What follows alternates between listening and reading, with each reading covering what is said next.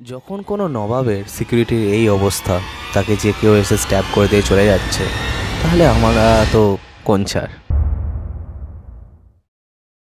হে guys, WhatsApp. আজকের এই ভিডিওতে কিন্তু আমরা সেরকম কোনো মুভি রিলেটেড কথা কিন্তু বলবো না, তবে মুভি স্টার রিলেটেড কথা কিন্তু বলবো। কালকে আমরা সবাই জানি যে সাইফ আলি খানের একটা অ্যাক্সিডেন্ট হয়েছে। সেটা কীরকম, যে একজন ডাকাত এসে তাকে 6বার ছুরির কোপ মেরে দিয়ে চলে গেছে। গভীর রাতে বাড়িতে ঢুকে হামলা হলো অভিনেতা সাইফ আলি খানের উপর। ঘাড়ে, হাতে, পিঠে 6বার ছুরির কোপ বসালো হামলাকারী। অল্পের জন্য বাঁচল শিরদাঁড়া। অপারেশন করে শরীর থেকে বার করতে হলো ধারালো অস্ত্রের অংশ। এই সবটা হলো মুম্বাইয়ের বাঞ্জার মতো অভিজাত এলাকায় সাইফ আলি খানের মতো বলিউডের খ্যাতনামা অভিনেতার বাড়ির ভেতরে। প্রথম কথা, ব্যান্ড্রার মতো একটা পশ এরিয়ায় এরকম কি করে হলো? এতখানি বড় নিরাপত্তার গাফিলতি কি করে হতে পারে? অন্যদিকে একজন এত বড় অভিনেতা, একজন নবাব, তার খালি অভিনেতাই তিনি নন, তিনি একজন এত বড় সুপারস্টারের ছেলে, একটা এত বড় ক্রিকেটারের ছেলে, তিনি একজন নবাব এবং শেষ নবাব। তার সিকিউরিটির এরকম হাল হলে তাহলে সাধারণ মানুষের সিকিউরিটির কি হবে? এবং আর একটা পয়েন্ট, যখন এই অ্যাক্সিডেন্টটা হয়েছে তারপর কিন্তু কোনো গাড়ি অ্যাভেলেবেল কিন্তু থাকেনি, তাকে অটোয় করে, অটো রিকশায় করে নিয়ে যেতে হয়েছে। তাহলে ব্যাপারটা কি করে হলো? এবং সিসিটিভি থেকেও কিন্তু কেউ কোনো কিছু দেখতে পায়নি। তাহলে এই গোটা ব্যাপারটার মধ্যে কিন্তু আমরা অন্য কিছুর গন্ধ কি পাচ্ছি? তো প্রথমে যে ঘটনাটা ঘটেছে সেটা খুবই দুঃখজনক এবং খুবই লজ্জাজনক একটা বিষয়। এই ব্যাপারটা একদমই হওয়া উচিত ছিল না। এরকম একটা সিচুয়েশন কখনই আসা উচিত ছিল না। সাইফ আলি খান কিন্তু খুব বড় একজন সুপারস্টার, তিনি খুব ভালো অভিনেতা একজন, তার ভক্ত আমরা সবাই। কিন্তু এরকম যদি হয় তাহলে সাধারণ মানুষের কাছে বার্তা কি পৌঁছবে? নিরাপত্তা যদি এত বড় গাফিলতি দেখা যায়, নিরাপত্তা যদি এরকমভাবে ল্যাগ করে, তাহলে সাধারণ মানুষ তো কদিন পর রাস্তায় বেরোতে ভয় পাবে। যদি এত বড় বড় লোক এত পয়সা খরচা করে নিরাপত্তা রক্ষীদেরকে অ্যাসাইন করেও যদি সেরকম কোনো ফ্রুটফুলনেস না পায়, তখন এন্টায়ার সিস্টেমটাই তো কোথাও না কোথাও একটা ব্যাশিংয়ের চক্করে পড়ে যাবে, তাই না? এরপরে অ্যাভেবিলিটি, অ্যাক্সেসিবিলিটি। একটা এত বড় লোক, তাদের কাছে ড্রাইভার থাকবে না, বা সেই সময় কোনো গাড়ি অ্যাভেলেবেল থাকবে না। এটা তো অন্য যে কোনো কিছু হতে পারতো, যে কোনো কারোর ওপর দিয়ে এই দুর্ঘটনাটা হতে পারতো, যে কোনো সময় হতে পারতো।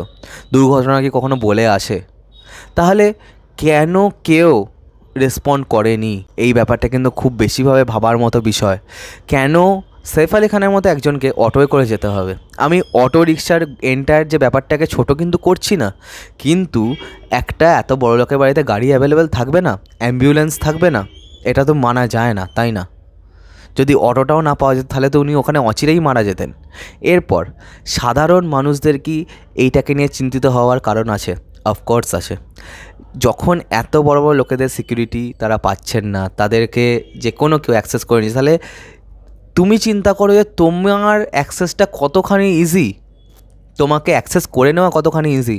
যে কোনো সময় ইউ ক্যান বি হান্টেড, এটা কিন্তু মাথার মধ্যে ভালো করে ঢুকিয়ে রাখো। তাই অবভিয়াসলি নিজের 100% সেফটি নিজের বাড়িতে এনশিওর করো।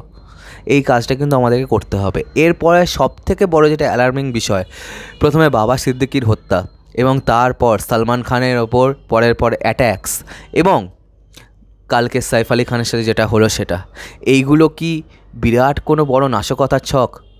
Maybe yes. আমরা সবাই জানি বোম্বের আন্ডারওয়ার্ল্ড কিন্তু সেভাবে ফাংশন করে না, এবং একটা টাইমের পরে বোম্বের আন্ডারওয়ার্ল্ড এক প্রকার বন্ধ হয়ে গেছে, এবং তারপর সেখান থেকে বোম্বের নাম পাল্টে মুম্বাই হয়েছে। এবং এত বড় একটা স্বপ্নের নগরীর মধ্যে আন্ডারওয়ার্ল্ড, একটা সময় যারা রানার ছিল আন্ডারওয়ার্ল্ড, এই গোটা শহরটাকে কিন্তু চালাতো, মুম্বাই নগরীটাকে, সেই জায়গাটা এখন কিন্তু ফাঁকা। সরকার এবং পুলিশ সবাই মিলে কিন্তু এই কাজটা করতে সক্ষম হয়েছে। এবং এরপর তাহলে ওই যে শূন্যস্থানটা পূরণ করার জন্য কি কেউ আসছে যাদের কাছে সবথেকে বেশি পাওয়ার থাকবে? এটাই কিন্তু খুব বড় একটা অ্যালার্মিং বিষয়। সরকারকে এর বিষয়ে কিন্তু খুব বেশিভাবে ভাবতে হবে, কারণ আন্ডারওয়ার্ল্ড যদি কোনোভাবে কাজ করা শুরু করে তাহলে কিন্তু মুম্বাই আবার আগের মতোই হয়ে যাবে, আগের অবস্থাতেই চলে যাবে। আবার আমরা একটা গুলশান কুমারের হত্যা দেখতে পাবো এবং আরও জঘন্য জঘন্য ঘটনা কিন্তু ঘটতে পারে। এরপর যে ব্যাপারটা আমার মনে হয়েছে সেটা হচ্ছে যে সুপারস্টারেদেরকেই কেন এরকম করা হচ্ছে। কারণ সুপারস্টারেদের কাছে যে পরিমাণ অর্থ আছে, হ্যাঁ মানছি সেটা সাধারণ মানুষের থেকে অনেক অনেক গুণ বেশি, কিন্তু একজন বড় বিজনেসম্যানের কাছে তার থেকে কিন্তু আরও অনেক বেশি টাকা আছে। তাহলে তাদেরকে কেন অ্যাটাক করছে না? কারণ কি এটা একটা বার্তা দিতে চাইছে সাধারণ মানুষদিকে এবং একটা ত্রাসের মধ্যে রাখতে চাইছে যে দেখো আমরা সুপারস্টার যাদেরকে সবাই চেনে তাদেরকে এভাবে চাপে ফেলছি। এই যে জিনিসটা কিন্তু মাথার মধ্যে ভালো করে ঢুকিয়ে রাখতে হবে। কারণ কি কোনো একটা বড় বিজনেসম্যানকে কেউ যদি চমকায় বা ধমকায় তাহলে কিন্তু সেটা এতখানি লোকের কাছ অবধি পৌঁছবে না, কিন্তু যখনই এটা সৈফ আলী খান, এটা সলমান খান, তখন কিন্তু এর খবরটা কিন্তু অনেক তাড়াতাড়ি সারা দেশে ছড়িয়ে যাবে। তো এই যে ব্যাপারগুলো কিন্তু খুবই অ্যালার্মিং একটা বিষয় এবং খুব একটা স্যাচুরেশন পয়েন্টে কিন্তু আমরা এসে দাঁড়িয়ে আছি। তো চলো আজকের মতো ভিডিওটা এখানেই শেষ করলাম।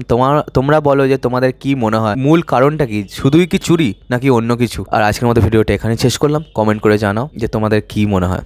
তো চলো, বাই বাই।